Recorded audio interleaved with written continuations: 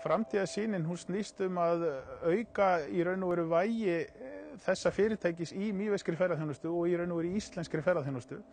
Hjálpa til við að draga ferðamenn út af höfuðborgarsvæðinu með fullri virðingu fyrir því ágæta landsvæði. Við erum búin að vera að berjast í að reka átakið Ísland allt árið. Þetta var gengið bæði vel og illa. Má eiginlega segja bara að það gekk mjög illa fyrstu árin. Við áttum ekki aðgengi að mörkuðum og vorum meira þá að selja grunnhráefni sem heitir kítín og mjög lítið lágt markaðsverð á því. En síðan frá 2005 þá varð svona straumhvarf í fyrirtækinu, áherslubreytingar og upp frá því fórum við að fókusa á verðmætari markaði sem hefur skilað okkur meiri virðisauka í dag. Það eru nokkur önnur fyrirtæki á markaði á þessu sviði. Samkeppnin er gífurlega hörð, tækninni fleygir fram mjög hratt og við þurfum að hafa okkur öll við til þess að vera með í því kapphlaupi. Þannig að það mun hafa helst áhrif á það hvernig okkur tekst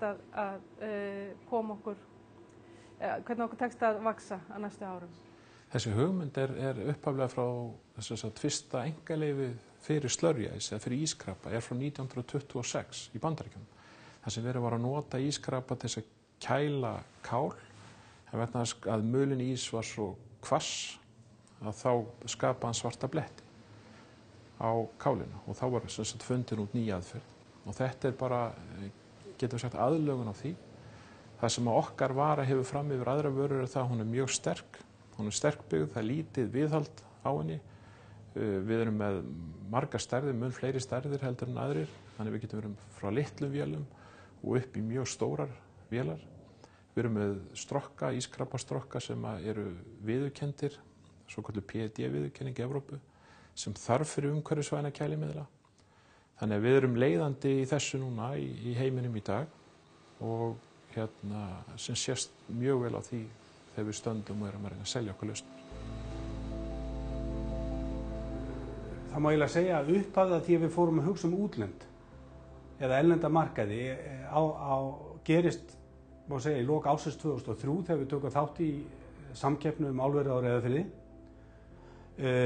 Við förum á staði þá vegferð þannig að ég í rauninni ákveða að taka þátt í námskeiði hjá Útflutningsráði, UH17 námskeiði sem byrjaði haustið 2006 og það var sá vetur sem að ég á því námskeiði og læriði þetta heilan haug um markaðsmál og erlendamarkaði og skilgreina prófíl fyrirtækisins og í hverju við værum góðir og hvar við ættum erindi og allt þetta sem að þekkt í markaðsfræðunum.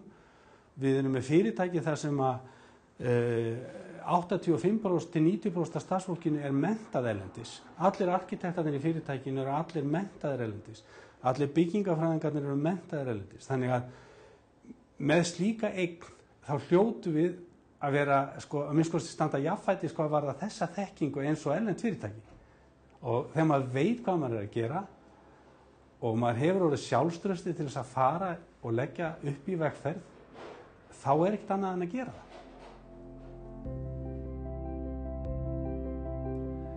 Framtíðarhorfurnar eru góðar og ég sé það bara í gegnum það hvað fyrirtækið hefur vaxið og hvað ég að fá miklu fleiri ferðamenn til mín, til dæmis núna fyrir þetta ár heldur en í fyrra. Og ég held að það sé náttúrulega bæði það að það að koma fleiri ferðamenn til Íslands þessar myndir en ég líka bara orðin þekktari meðal þeirra sem vilja koma hingað, meðal markhópsins og ég vil mjög dugleg við að fara og kenna á námskeiðum í Bandaríkjunum þannig og það lykillinn að þessu að mæta á staðinn og tæla fólk til Íslands.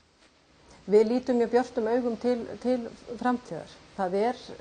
Það mikil eftirspurn eftir náttúrulegum vörum til þess að skipta út kemískum efnum og þar kemur kítósan mjög sterkt inn og við höfum fundið fyrir mikilli eftirspurn og einn notkunarmöguleikinn að nota kítósan sem rotvarnarefni í matvæli, í snyrtivörur og nota þetta sem náttúrulegt rotvarnarefni gefur okkur mikla möguleika. Ég ger nú ekki ráð fyrir kannski eins miklu vext á milli ára á næstu árum, en við erum að koma okkur fyrir þar sem að við höfum þá núna nýja sölur til þess að sanna okkur. Við munum fara yfir í auknum mæli yfir í fiskeldi og landvinnslu eins og við höfum verið að gera.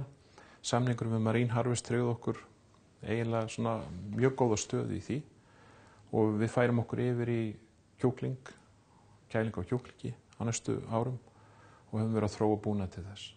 Við erum afskaplega bjartsýn á framtíðina og teljum að við eigum geysilega möguleika.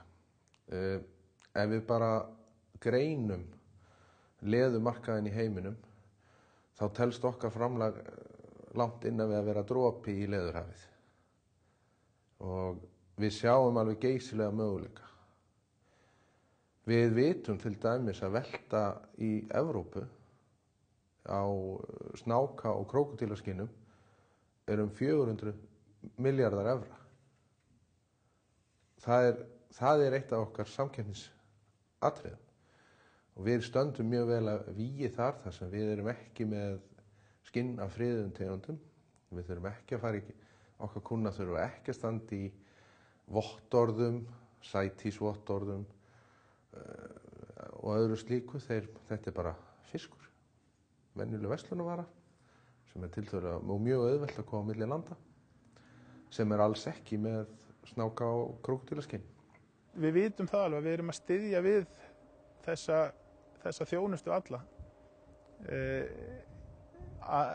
Hótel, veitingastaðir og aðrir ferðaþjónustuaðilar hér í sveitinni, þeir kynna okkur óspart í sínu kynningarefni, þannig að við erum svona órjúfanlegur þáttur af þessari heild.